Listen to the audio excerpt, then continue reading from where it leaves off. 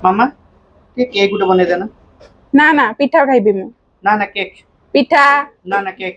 पिठा। Cake cake पिठा पिठा। ହଉ ହଉ ତାହେଲେ ଦି ଜଣଙ୍କର ମନ ଜାଣିକି ଆଜି ବନେଇଦେବି ମୁଁ କେକ୍ ପିଠା। केक पिठा। प्रथमे गोटे ग्राइंडिंग जार रे गोटे बाउल सुजी आउ अधा बाउल चीनी दे ताकू ग्राइंडिंग करदेबे। ताकू ग्राइंडिंग हो सारा पर गोटे बाउल को काढ़ी अधा बाउल दही देकी ताकू भल भाव में गोली देबे। तो मार्केट रू किना के आस्तिबा पैकेट नड़िया कुड़ा गुड़ी को गोटे बाउल से पकई ताकू भल भाव में गोली देली। आ एठी टिके गरम क्षीर रे टिके केसर दे ताकू भल फ्लेवर आसीबा पई ताकू छाड़ी देली। बेटर गुड़ी को टिके समय पे मु छाड़ी देथिली।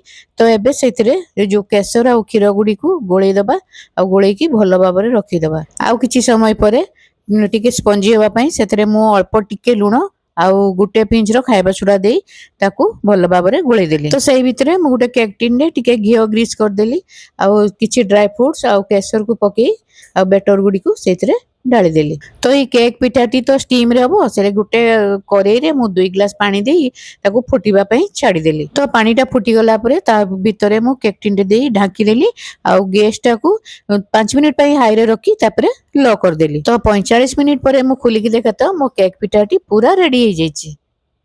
केक पिठाटी को अनमोल्ड कर साला परे मु ताकू पीस पीस करी काटी देली। तो एठी तो केक रेडी हो गला। आ पिठारो टिके टच दबा पई गुटे फ्राई पैन रे टिके घियो ग्रीस करी मु पीस पीस काटी रखी दिबा केक पिठाटी को दे देली। ऊपर टिके घियो दे एपट सेपट भाजी सला परे मोर केक पिठा हो गला रेडी। आपण माने देखिले तो केमती गोटे गोळी रे मु दुईटा शिकार कली। आपण माने चाइले याकू केक रे भी खाई परिबे आउ नले भी केक पिठा करी की भी खाई परिबे। आ जदी वीडियो टी भल लागतो मो चैनल को लाइक शेयर एंड सब्सक्राइब कर रहिली।